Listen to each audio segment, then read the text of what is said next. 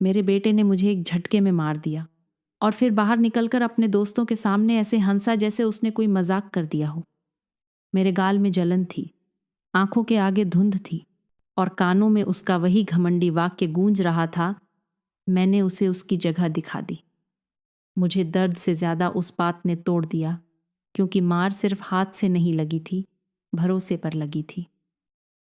ऊपर कमरे में मेरी 14 साल की पोती सो रही थी, जिसे अब भी लगता था कि घर सबसे सुरक्षित जगह होती है। आगे बढ़ने से पहले एक छोटा सा काम कर दो, चैनल को सब्सक्राइब कर लो और कमेंट में बताओ तुम किस शहर से सुन रहे हो। सच कहूं, उन शहरों के नाम पढ़कर मुझे लगता है मैं अकेली नहीं हूं और शायद तुम भी नहीं हो। मेरा नाम राधा है, उम्र 62। गाजियाबाद के इस छोटे से मकान में मैं कई साल से रह रही हूं। पति शिव कुमार 8 साल पहले चले गए। उनके जाने के बाद घर की दीवारें वही रहीं, पर घर का काबू चला गया। मेरे बेटे का नामकरण है, 43 साल का। उम्र ऐसी कि आदमी को समझदार होना चाहिए, पर उसका गुस्सा जैसे हर साल और बड़ा होता गया। कभी मैं खुद को समझाती रही, तनाव है, नौकरी की चिंता है, जिंदगी ने उसे दबा दिया है। मैं इसे प्यार समझती रही, पर वो प्यार नहीं था, वो डर था, आदत थी और मेरी चुप्पी थी। उस दिन मंगलवार था, साधारण सा दिन। शाम को मैंने उसके पसंद का खाना बनाया, गरम मसाले वाली चिकन करी और ताज़ी रोटियां। मुझे लगा पेट भर जाएगा तो मन नरम हो जाएगा। यही मेरी सबसे पुरानी गलती थी। मैं सोचती थी खाना, दुआ और चुप्पी सब कुछ ठीक कर देंगे। दरवाज़ा जोर से बंद हुआ। कदम भारी थे। करण अंदर आया तो उसकी सांस में शराब की तेज गंध थी। उसकी आंखें लाल थीं और माथे पर शिकन ऐसी जैसे दुनिया उसकी दुश्मन हो। वो किचन में चक्कर लगाने लगा, जैसे जमीन ने उसे चिढ़ा दिया हो। फिर बड़बड़ाया, सब मेरे साथ ही क्यों होता है? एमी, बिल, ये नौकरी, कुछ नहीं बचा। मैं टेबल पर बैठी थी, हाथ गोद में, जैसे मैं हमेशा बैठती थी, शांति बनाकर।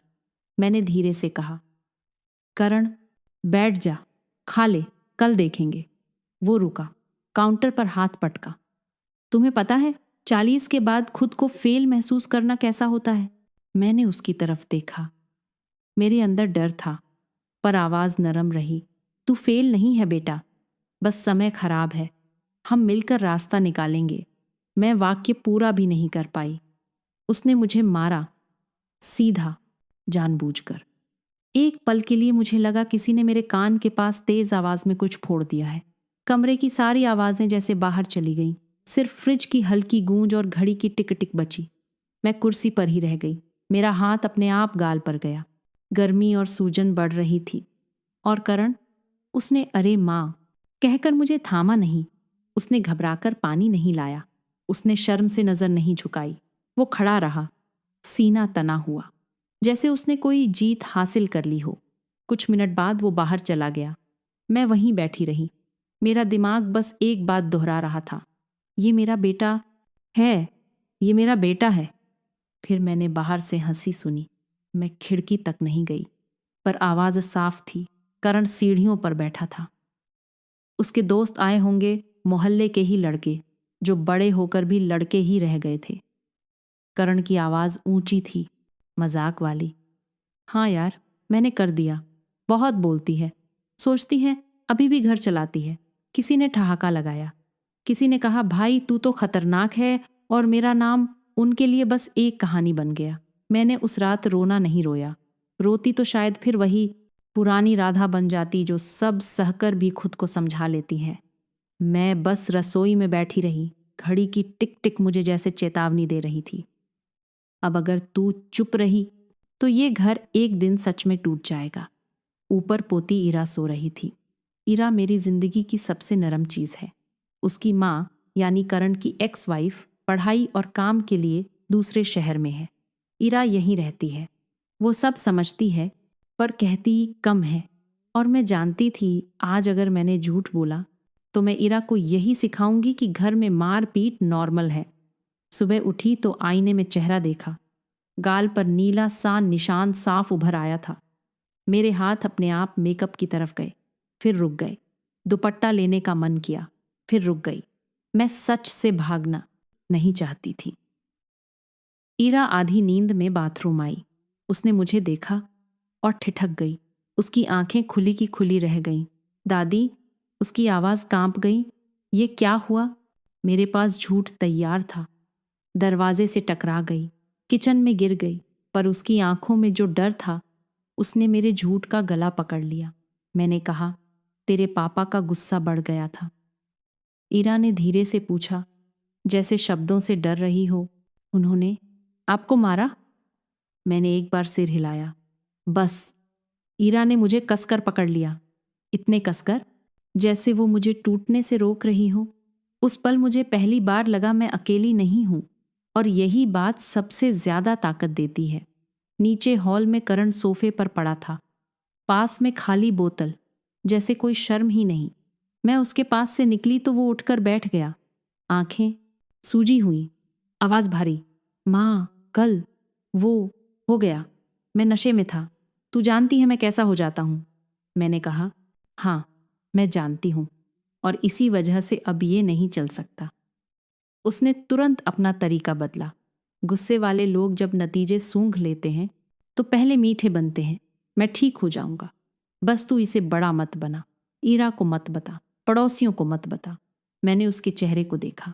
उसकी आंखों में पछतावा कम था, डर ज्यादा था कि उसका कंट्रोल छिन रहा है। और तभी मुझे रात की वो हंसी याद आ गई, बाहर दोस्तों के सामने उसकी शान।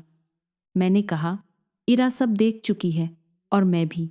उसका चेहरा सख्त हो गया। तो अब तू क्या करेगी? मैंने जवाब नहीं दिया, क्योंकि सच ये था, मैं खुद भी नहीं जानती थी कि मैं क्या करूंगी। पर मेरे अंदर कुछ बदल चुका था। अब मैं डर से फैसले नहीं लेना चाहती थी। दोपहर में पड़ोस वाली सीमा आंटी आई। राधा जी, थोड़ा आटा मिलेगा? उन्होंने मेरी तरफ देखा और वहीं रुक गईं। अरे, ये चेहरा, मेरी जीभ भारी हो गई। पुराने संस्कार बोले, छुपा लो। पर पीछे इरा खड़ी थी, सब सुन रही थी। मैंने धीमे से कहा। करण ने हाथ उठा दिया। सीमा आंटी ने शोर नहीं मचाया, वो बस गंभीर हो गई। राधा जी, ये बात घर की नहीं रही। आपको रिकॉर्ड बनाना होगा, वरना कल वो बोलेगा, किसने मारा, कब मारा, और आप खुद भी खुद को ही गलत ठहराने लगेंगी। उस दिन पहली बार किसी ने मुझे साफ साफ रास्ता दिखाया, भावना नहीं, कदम। रात को मैंने अपनी पुरानी डायरी निकाली, वही जिसमें मैं कभी रेसिपी लिखती थी, कभी राशन की लिस्ट। मैंने तारीख लिखी, समय लिखा, क्या हुआ, कहाँ हुआ, कौन घर में था, सब। इरा चुपचाप आई और पास बैठ गई। उसने पूछा, दादी, आप लिख क्यों रही हो?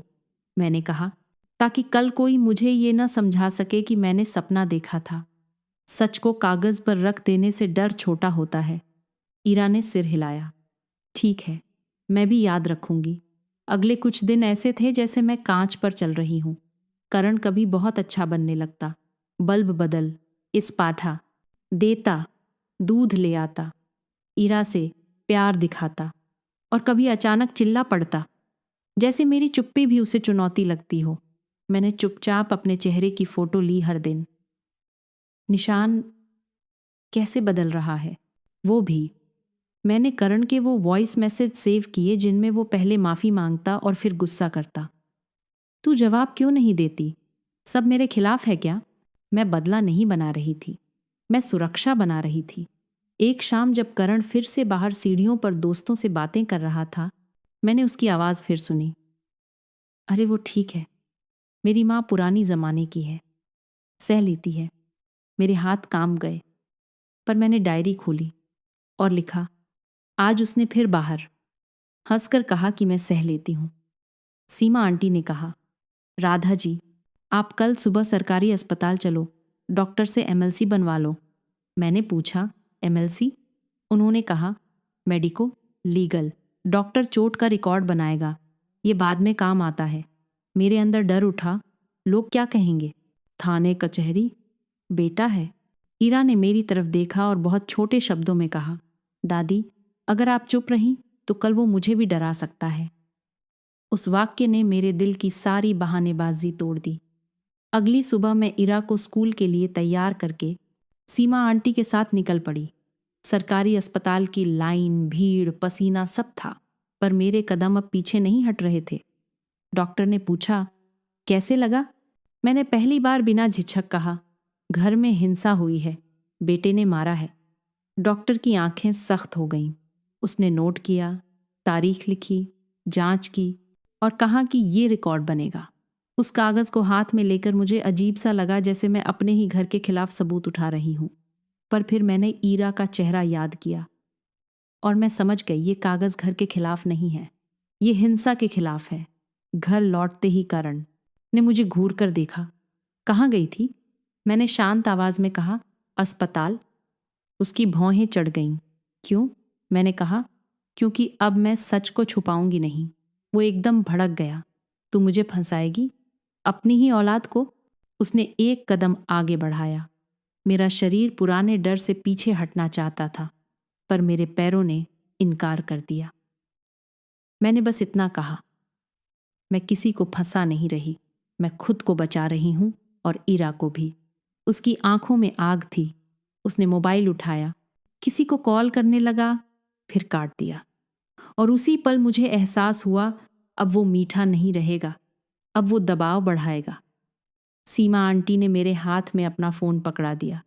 राधा जी, अगर आज रात वो फिर से चिल्लाए या हाथ उठाए, आप 112 डायल कर देना। बस एक कॉल, बाकी मैं हूं, मोहल्ला है। मैंने फोन को देखा। मेरी उंगलियां ठंडी थीं और उसी समय ऊपर से इरा की आवाज आई, दादी, दरवाजा लॉक कर दूं? मैंने एक गहरी सांस ली। मेरे दिल में डर था, पर दिमाग साफ था। मैंने धीरे से कहा, हाँ बेटा। और फिर पहली बार अपनी जिंदगी में मैंने अपने बेटे से डरकर नहीं, अपने सच की ताकत से फोन में 112 मिलाना शुरू कर दिया। तभी नीचे वाले दरवाजे पर किसी ने जोर से दस्तक दी। दरवाजे की दस्तक इतनी तेज थी कि मेरा दिल एक पल को गले में आ गया। इरा ऊपर से सीढ़ियों के पास खड़ी थी, आंखों में सवाल।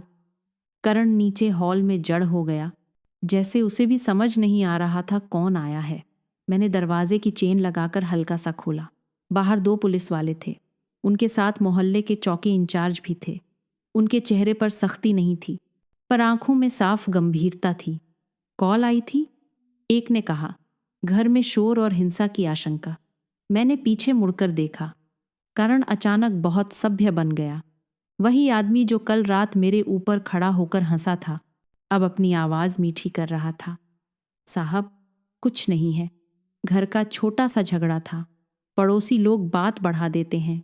मैंने उसकी तरफ देखा, मुझे समझ आ गया, ये उसका पुराना खेल है। बाहर वालों के सामने मासूम बन जाना, घर के अंदर तूफान बन जाना। पुलिस वाले ने मुझे देखा, मेरे चेहरे को देखा, फिर मेरी आंखों में सीधे देखा। माताजी, आप ठीक हैं? आप सुरक्षित हैं? ये सवाल बहुत साधारण था, पर मेरे लिए उस रात सबसे बड़ा था, क्योंकि उसी एक सवाल में मेरे सारे सालों की चुप्पी और डर सामने आ गया। और उसी एक पल में मेरे सामने 2 रास्ते थे। पहला रास्ता मैं कह दूं, हाँ, सब ठीक है, और फिर सब लोग चले जाएं और मेरे घर की दीवारें फिर से डर को निगल लें। दूसरा रास्ता मैं सच बोल दूं, और फिर जो भी होगा वो सच के साथ होगा। मैंने ईरा की तरफ देखा। वो ऊपर से हमें देख रही थी। उसकी हथेलियां कसकर बंधी हुई थीं, जैसे वो भी मेरी हिम्मत को पकड़कर खड़ी हो। मैंने धीरे से कहा, नहीं, मैं सुरक्षित नहीं हूं। उस वाक्य के बाद घर के अंदर हवा बदल गई। करण की आंखें फैल गईं, जैसे किसी ने उसका नकाब खींच लिया हो। वो फुसफुसाया, माँ। चौकी इंचार्ज ने तुरंत कहा, ठीक है, आप अंदर बैठिए। एक पुलिस वाले ने करण को अलग कर दिया। आप बाहर आइए। करण ने गुस्से को दबाकर कहा, मैंने कुछ नहीं किया, ये ड्रामा कर रही है। मैंने पहली बार सीधा जवाब दिया, ड्रामा नहीं, रिकॉर्ड। और मुझे खुद पर हैरानी हुई कि मेरी आवाज़ कांपी नहीं। पुलिस ने उस रात करण को पकड़कर नहीं ले गई, पर उन्होंने रिपोर्ट लिखी।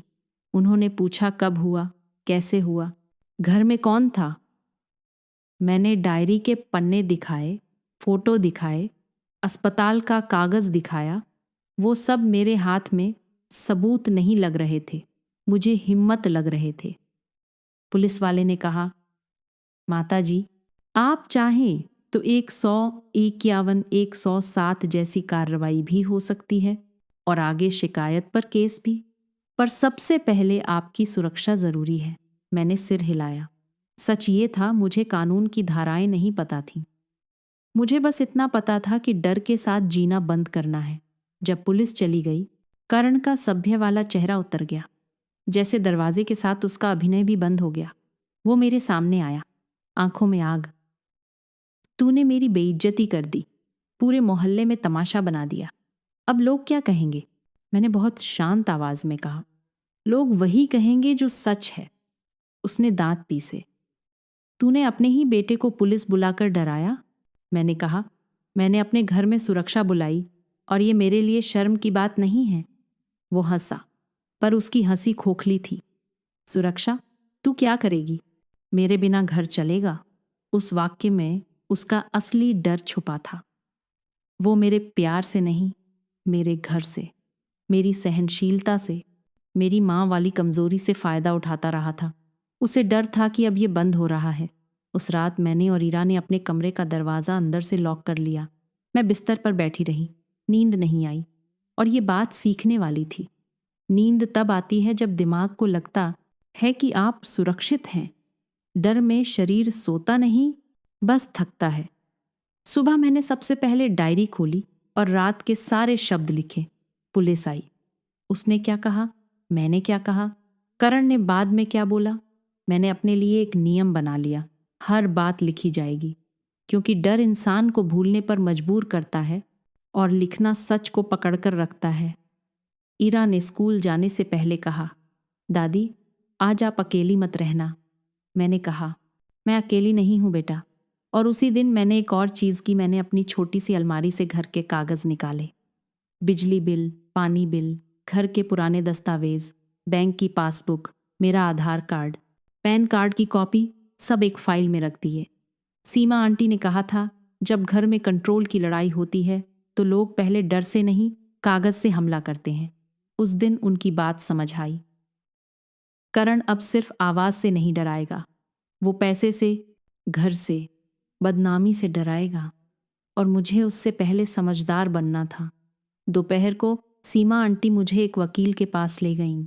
उनका ऑफिस बड़ा नहीं था, एक छोटा सा कमरा, टेबल पर ढेर सारे केस पेपर और एक शांत चेहरा, एडवोकेट मनीष।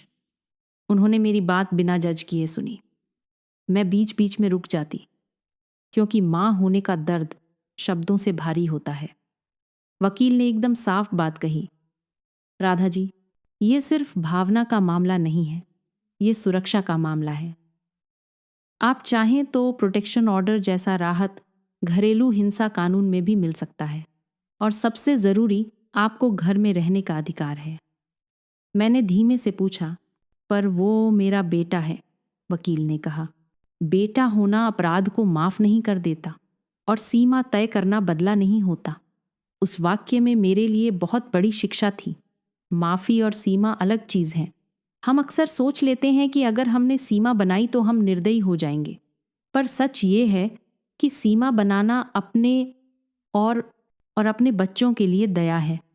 वकील ने कहा, आप एक छोटा सा कदम उठाइए, एक लिखित शिकायत की कॉपी रखिए, मेडिकल रिकॉर्ड रखिए, पुलिस रिपोर्ट नंबर संभालिए, और अगर वो धमकी दे तो हर धमकी का रिकॉर्ड। मैंने अपनी डायरी की तरफ देखा। मैं लिख रही हूँ। वकील ने हल्का सा सिर हिलाया। ये अच्छा है। बहुत से लोग डर में खुद को ही गलत समझने लगते हैं। लिखना याद दिलाता है कि आप पागल नहीं हैं। घर लौटते हुए मेरे भीतर अजीब सी घर लगते हैं। मजबूती थी, जैसे मैं डर को नाम दे रही थी, और नाम लेते ही डर छोटा हो रहा था। पर घर में कदम रखते ही मुझे लगा, यहाँ हवा फिर भारी है। करण सोफे पर बैठा था। टीवी चालू था, पर वो देख नहीं रहा था, वो मुझे घूर रहा था। कहाँ गई थी? उसने पूछा। मैंने कहा, काम से। उसने व्यंग्य किया, अब माँ काम करने लगी, या मेरे खिलाफ प्लानिंग?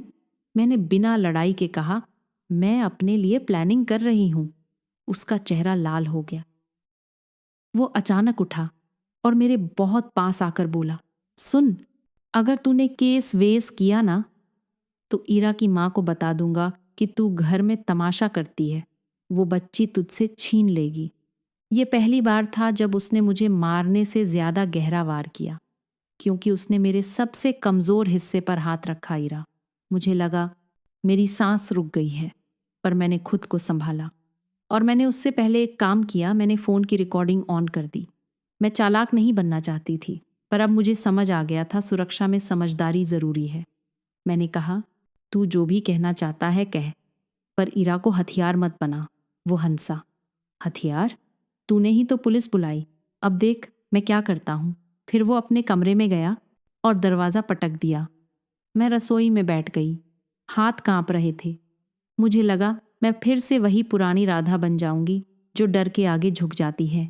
तभी ईरा स्कूल से लौटी। उसने मेरा चेहरा देखा, मेरी आंखें देखीं। वो समझ गई। फिर से उसने धीमे से पूछा। मैंने कहा, उसने धमकी दी है? ईरा ने बैग नीचे रखा। मेरे पास आकर बोली, दादी, आप डरोगी तो वो और करेगा। 14 साल की बच्ची मुझे हिम्मत दे रही थी। ये बात मुझे अंदर तक चुभी भी और मजबूत भी कर गई।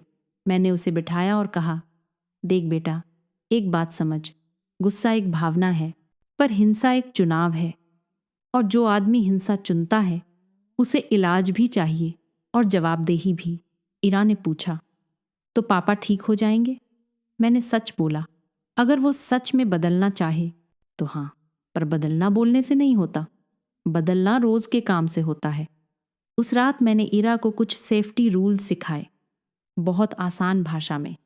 अगर घर में आवाज़ तेज हो जाए तो तू मेरे पास आ जाएगी। अगर मैं तुझे कहूँ तो तू पड़ोस में सीमा आंटी के घर चली जाएगी। किसी भी हालत में तू अकेले उससे बहस नहीं करेगी। ये बातें सुनने में छोटी हैं, पर असल में ये जिंदगी के नियम हैं। और यही एजुटेनमेंट है कहानी के अंदर सीख, ताकि सुनने वाला भी अपने जीवन में लागू कर सके। अगले दिन करण थोड़ा शांत था, बहुत ज्यादा शांत। ये शांत डरावना था, क्योंकि कुछ लोग शांति इसलिए दिखाते हैं ताकि आप ढीले पड़ जाओ। वो मेरे पास आया। माँ, मैं गलत था, उसने कहा। मैं इलाज कराऊंगा, बस तू ये सब रोक दे। मैंने कहा, इलाज अच्छा है, पर पहले सुरक्षा। वो तुरंत पलट गया। कितनी नाटकबाज बन गई है तू। मैंने जवाब नहीं दिया। मैंने बस डायरी में लिखा, आज उसने माफ़ी मांगी, फिर पलटकर ताना मारा। शाम को सीमा आंटी आई। उन्होंने मेरी फाइल देखी, कागज़ व्यवस्थित। उन्होंने कहा, अच्छा किया। और एक बात, घर के पैसे, बैंक अकाउंट, सब पर नज़र रखो। कई बार ऐसे लोग बदला मार से नहीं, पैसे से लेते हैं। मैंने उसी रात अपना बैंक ऐप नहीं खोला, क्योंकि करण कभी कभी मेरा फ़ोन लेकर बैठ जाता था। मैं अगली सुबह बैंक गई। काउंटर पर खड़ी होकर मैंने बस इतना कहा, मुझे अपने खाते की सुरक्षा मजबूत करनी है। बैंक वाले ने पूछा, केवाईसी अपडेट है? मोबाइल नंबर आपका है? Nominee detail? मैंने चेक किया और वहीं मुझे पहली बार एक अजीब बात दिखी। मेरे नंबर पर एक अल्टरनेट नंबर जुड़ा हुआ था जो मेरा नहीं था। मेरे अंदर ठंडक दौड़ गई। मैंने कहा, यह नंबर किसका है? काउंटर वाला बोला, मैडम, सिस्टम में यही दिख रहा है। मेरा दिमाग एकदम खाली हो गया, क्योंकि उस एक लाइन का मतलब बहुत बड़ा हो सकता था। अगर नंबर बदला गया है तो ओटीपी भी कहीं और जा सकता है। अगर ओटीपी कहीं और जा रहा है तो पैसे भी कहीं और जा सकते हैं। मैंने अपने हाथ कसकर फाइल पर रखे। मेरी आंखों के सामने करण की वही बात घूमी। अब देख मैं क्या करता हूं। मैंने बैंक वाले से कहा, अभी इसी समय ये नंबर हटाइए और मुझे पूरा स्टेटमेंट चाहिए। वो बोला, मैडम, इसके लिए वेरिफिकेशन होगा। मैंने कहा, जो भी करना है करिए, पर आज ही। बैंक की कुर्सी पर बैठी मैं पहली बार समझ गई, ये लड़ाई सिर्फ घर के शोर की नहीं है। ये लड़ाई अब काबू की है। और करण शायद अब मेरे चेहरे पर नहीं, मेरे पैसे पर हाथ डाल चुका है। मैंने अपना फ़ोन निकाला और वकील मनीष को कॉल करने ही वाली थी कि तभी मेरे मोबाइल पर एक मैसेज आया। आपके खाते से बड़ा ट्रांजैक्शन शुरू किया गया है, ओटीपी दर्ज करें। और सबसे डरावनी बात, ओटीपी मेरे फ़ोन पर आया ही नहीं। उस मैसेज ने मेरे अंदर जैसे ठंडा पानी डाल दिया। ओटीपी दर्ज करें, लेकिन ओटीपी मेरे फ़ोन पर आया ही नहीं। मेरा सिर घूम गया। मैंने तुरंत बैंक वाले काउंटर पर जाकर कहा, अभी के अभी मेरा अकाउंट फ्रीज करिए। जो भी ट्रांजैक्शन चल रहा है रोकिए। काउंटर वाला थोड़ा घबरा गया। मैडम, सिस्टम में ट्रांजैक्शन पेंडिंग दिख रहा है, हमें मैनेजर को बुलाना पड़ेगा। मैंने कहा, बुलाइए, और एक बात, मेरे अकाउंट से जुड़े सारे मोबाइल नंबर अभी चेक करिए। जो दूसरा नंबर है वो मेरा नहीं है। मैनेजर आए।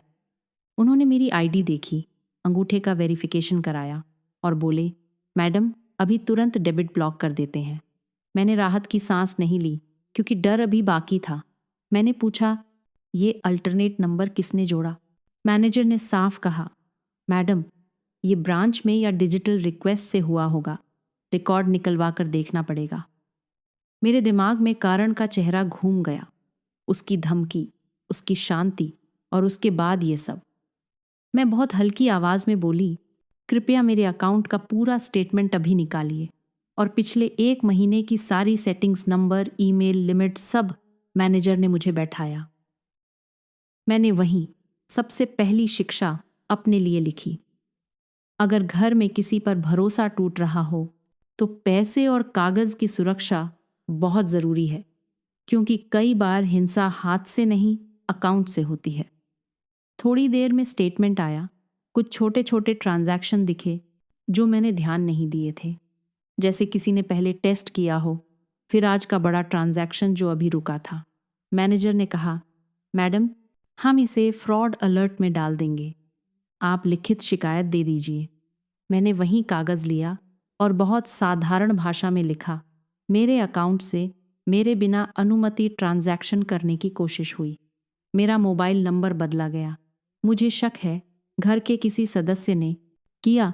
ये लिखते हुए मेरे हाथ कांप रहे थे, क्योंकि माँ होने का दर्द यही है, आपको अपने बच्चे का नाम संदेह में लिखना पड़ता है। पर मैं जान चुकी थी सच से भागकर प्यार नहीं बचता, सच से ही बचता है। मैंने बैंक में 3 काम किए। पहला, पुराने नंबर हटवाए, सिर्फ मेरा नंबर रखा और ईमेल अलर्ट भी ऑन कराया।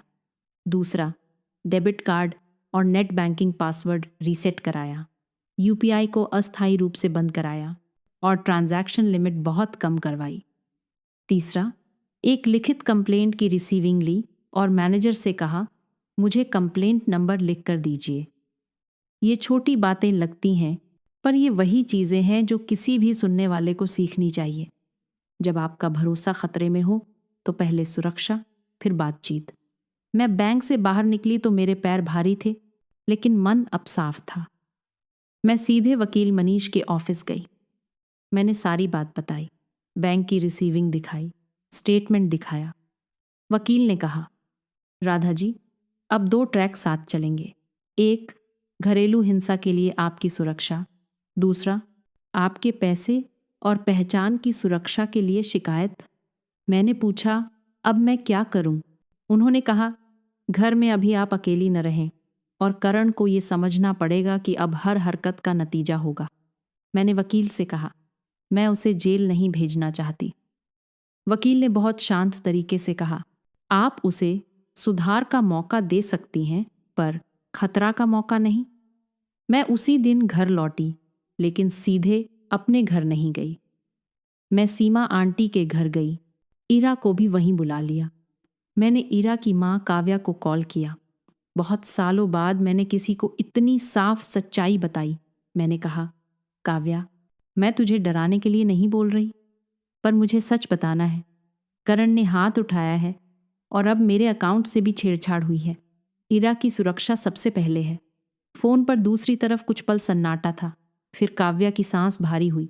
दादी, ईरा अभी आपके साथ सुरक्षित है ना?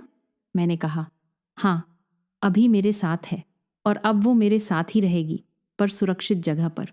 काव्या ने कहा, मैं कल ही आ रही हूँ। फोन काटते ही मेरे अंदर एक अजीब दर्द उठा, एक माँ का दुख और एक नानी की जिम्मेदारी। पर मुझे पता था ये सही कदम है।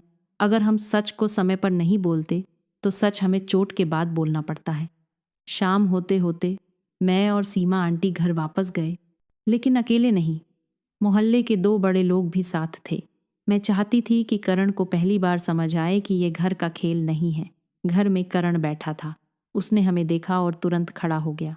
तो अब तू गैंग लेकर आई है? मैंने बहुत शांत आवाज में कहा। मैं गवाह लेकर आई हूं। वो चिढ़ गया। मेरा ही घर है ये, मैं कहीं नहीं जाऊंगा। मैंने कहा, ये घर मेरे नाम है और तुम अब यहां ऐसे नहीं रहोगे जैसे कुछ हुआ ही नहीं। उसके चेहरे पर झटका लगा, जैसे उसे पहली बार याद आया कि घर की रजिस्ट्री, बिजली बिल और बैंक सब मेरे नाम से चलता है। वो गुर्राया, तू मुझे निकाल देगी? मैंने कहा, मैं तुम्हें सुधार का रास्ता दूंगी, पर तुम इरा के सामने नहीं रहोगे और तुम मेरे साथ अकेले नहीं रहोगे। उसने कदम बढ़ाया। सीमा आंटी बीच में आ गई। बस, करण। करण ने हाथ हवा में उठाया, पर रुका, शायद इसलिए कि अब कमरे में लोग थे। और यही एक और सीख है। हिंसा अक्सर अकेले में होती है, क्योंकि अकेले में डर सबसे कमज़ोर होता है। इसलिए मदद, गवाह और रिकॉर्ड बहुत ज़रूरी है। मैंने करण को सीधे कहा, आज बैंक में मेरे अकाउंट से बड़ा ट्रांजैक्शन शुरू हुआ। ओटीपी मेरे फ़ोन पर नहीं आया। मेरे अकाउंट में दूसरा नंबर जुड़ा था। उसके चेहरे का रंग बदला। 1 सेकंड के लिए उसकी आंखें नीचे गईं और उसी 1 सेकंड ने मेरी सारी शंका को सच बना दिया। मैंने कहा, मैंने अकाउंट फ्रीज कर दिया है, कंप्लेंट लिख दी है, अब तुम सच बोलो। वो चिल्लाया, मुझे पैसे चाहिए थे, मेरे ऊपर उधार है, मैं बस कुछ दिन के लिए। मैंने कहा, कुछ दिन के लिए चोरी भी चोरी होती है, और माँ को मारना, वो तो उससे भी बड़ा है। उसकी आवाज़ धीमी हुई। माँ, मैं फंस जाऊंगा। मैंने कहा, फंसोगे नहीं, जवाबदेह बनोगे। मैंने उसके सामने 2 विकल्प रखे, बहुत साफ, बहुत साधारण। पहला, तू खुद लिख कर दे कि तूने अकाउंट में छेड़छाड़ की कोशिश की और तू इलाज और काउंसलिंग के लिए तैयार है। तू घर से बाहर रहेगा और ईरा से बिना अनुमति नहीं मिलेगा। दूसरा, मैं पूरी कानूनी प्रक्रिया आगे बढ़ाऊंगी। करण काम गया। वो गुस्सा करना चाहता था, पर गुस्सा अब उसे बचा नहीं सकता था। और यही तो असली बात थी। जब कंट्रोल टूटता है, तब सच्चाई दिखती है। उस रात काव्या भी आ गई। उसने ईरा को गले लगाया। ईरा रोई नहीं, बस बहुत चुप रही, जैसे उसके अंदर कोई दरवाज़ा बंद हो रहा हो। काव्या ने करण की तरफ देखा। तुमने अपनी माँ पर हाथ उठाया? करण ने जवाब नहीं दिया, नीचे देखता रहा। काव्या ने कहा, ईरा अब मेरे साथ रहेगी, दादी से मिलती रहेगी, पर यहाँ नहीं। मैंने ईरा का हाथ पकड़ा। मेरे अंदर दर्द था, पर राहत भी थी। कम से कम बच्ची अब डर के घर में नहीं रहेगी। अगले दिन वकील के साथ मैं थाने गई। मैंने पुलिस को पहले वाली रिपोर्ट नंबर बताया, अस्पताल का रिकॉर्ड दिखाया, बैंक की कंप्लेंट कॉपी दी। मैंने कहा, मुझे बदला नहीं चाहिए, मुझे सुरक्षा चाहिए, और मुझे ये लिखित चाहिए कि अगर ये दोबारा हुआ तो तुरंत कार्रवाई होगी। पुलिस ने मेरी बात सुनी। उन्होंने करण को बुलाया। करण आया तो उसका चेहरा उतरा हुआ था। अब वो दोस्तों वाला शेर नहीं था, वो सिर्फ एक आदमी था जो अपने ही किए से डर रहा था। थाने में भी उसने पहले बचने की कोशिश की। मैंने नहीं। फिर बैंक वाले कागज सामने आए, कॉल रिकॉर्डिंग का जिक्र हुआ, और उसके बाद वो टूट गया। उसने कहा, हाँ मैंने किया, मैं बहुत बिगड़ गया हूँ। चौकी इंचार्ज ने सख्त आवाज में कहा, देख, ये माँ है तेरी, इसलिए वो तुझे सुधार का रास्ता दे रही है, वरना कानून अपना काम करता। फिर उन्होंने साफ कहा, काउंसलिंग और नशा मुक्ति का रास्ता, घर में दूरी, और अगर दोबारा धमकी या हिंसा तो कोई रियायत नहीं। कानून ने पहली बार सिर झुकाकर कहा, ठीक है। मैंने उसी दिन अपने लिए एक और नियम बनाया। माफ़ी का मतलब तुरंत घर में वापस लाना नहीं है। माफ़ी का मतलब है दिल में जहर नहीं रखना, लेकिन सीमा तोड़कर वापस वही डर लाना नहीं। अगले कुछ हफ्तों में सब आसान नहीं था। करण कभी कभी फ़ोन करके रोता, कभी गुस्से में बोलता, कभी चुप हो जाता। पर अब मेरे पास जवाब था, पहले इलाज, फिर भरोसा। वो नशा मुक्ति केंद्र गया, काउंसलिंग शुरू हुई। उसे छोटा काम मिला। पहली बार उसने शुरुआत का दर्द झेला।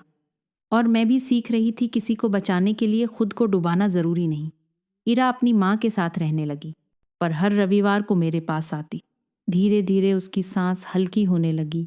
वो फिर से हंसने लगी और यही मेरे लिए सबसे बड़ा सबूत था कि मैंने सही किया। 3 महीने बाद वकील मनीष ने कहा, राधा जी, अब एक बैठक कर सकते हैं आप करण और इरा पर नियम के साथ। मैंने कहा, अगर इरा तैयार हो तो। इरा ने बहुत साफ कहा, मैं एक बार मिलूंगी, पर अगर वो चिल्लाया तो मैं चली जाऊंगी। मैंने मुस्कुराकर कहा, यही सीमा है बेटा। उस दिन करण हमारे पुराने किचन टेबल के सामने बैठा, वही टेबल जहां सब शुरू हुआ था। उसके हाथ कांप रहे थे, आंखें साफ थीं। उसने पहली बार बिना बहाने कहा, मैंने पाप किया है, मैंने आपके साथ बहुत गलत किया है। उसने मेरे चेहरे की तरफ नहीं देखा, जैसे उसे शर्म थी। मैं आपसे ये नहीं कहूँगा कि भूल जाओ, मैं बस कहूँगा मुझे बदलने का मौका दे दो। मैंने बहुत शांत आवाज़ में कहा। मौका तभी होता है जब आदमी रोज़ अपने काम से साबित करे। वो बोला, मैं कर रहा हूँ, मैं अब शराब नहीं पी रहा, मैं काउंसलिंग जा रहा हूँ, मैं काम कर रहा हूँ। मैंने कहा, अच्छा, और याद रख, इरा के लिए सबसे बड़ा इलाज सॉरी नहीं है, उसके लिए इलाज है तू कैसा आदमी बनता है। इरा ने उसकी तरफ देखा, उसकी आंखों में डर भी था और उम्मीद भी। उसने बस इतना कहा, अगर आप सच में बदलोगे तो मैं आपको धीरे धीरे मौका दूंगी, लेकिन मैं खुद को बचाऊंगी। करण की आंखों में पानी आया। उसने कहा, ठीक है। उस पल मुझे समझ आया, बहाली ऐसे नहीं होती कि सब एक साथ ठीक हो जाए। बहाली छोटे कदमों से होती है और हर कदम में सच होता है। मनीष ने कहा था, कागज ने आपको बचाया, अब आदतें आपको बचाएंगी। मैंने डायरी निकाली और उस दिन आखिरी बार एक लाइन लिखी, आज सच ने डर को हराया। फिर मैंने डायरी बंद कर दी। दर्द मिटा नहीं था, पर अब वो मुझे चलाता नहीं था। करण ने धीरे से कहा, माँ, क्या आप मुझे माफ कर सकती हैं? मैंने उसे देखा और मैंने अपने अंदर की सबसे कठिन बात कही, बहुत साधारण शब्दों में, हाँ, मैं तुम्हें माफ करती हूँ, पूरी तरह। मैं अपने दिल में नफरत नहीं रखूंगी, मैं बद्दुआ नहीं दूंगी, लेकिन माफी का मतलब ये नहीं कि सब पहले जैसा हो जाएगा। अब सब सच और नियम के साथ होगा। करण ने सिर हिलाया, जैसे उसे पहली बार समझ आया कि प्यार छूट नहीं है, प्यार जिम्मेदारी भी है।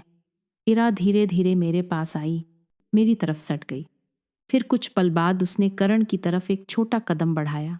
उसने उसे गले नहीं लगाया, बस उसकी उंगलियों से हल्का सा उसके हाथ को छू लिया, जैसे कह रही हो, मैं देख रही हूं। और कभी कभी किसी टूटे घर में यही सबसे बड़ा चमत्कार होता है, एक छोटा सा भरोसा वापस लौटना, बिना डर के। आज भी मैं अपने घर में अकेली नहीं रहती। मैंने पड़ोसियों से रिश्ता मजबूत किया, बैंक की सुरक्षा आदत बना ली, और सबसे ज़रूरी, मैंने खुद को ये सिखाया कि शांति पाने के लिए चुप रहना ज़रूरी नहीं, शांति पाने के लिए सच बोलना ज़रूरी है। अगर तुम ये कहानी यहाँ तक सुन रहे हो तो कमेंट में अपना शहर लिखो और ये भी लिखो, क्या तुमने कभी सच चुनकर चुप्पी छोड़ी है? और चैनल को सब्सक्राइब कर लो, क्योंकि कभी कभी जो कहानियाँ हमें शर्म लगती हैं, वही कहानियाँ किसी और की जान बचा देती हैं।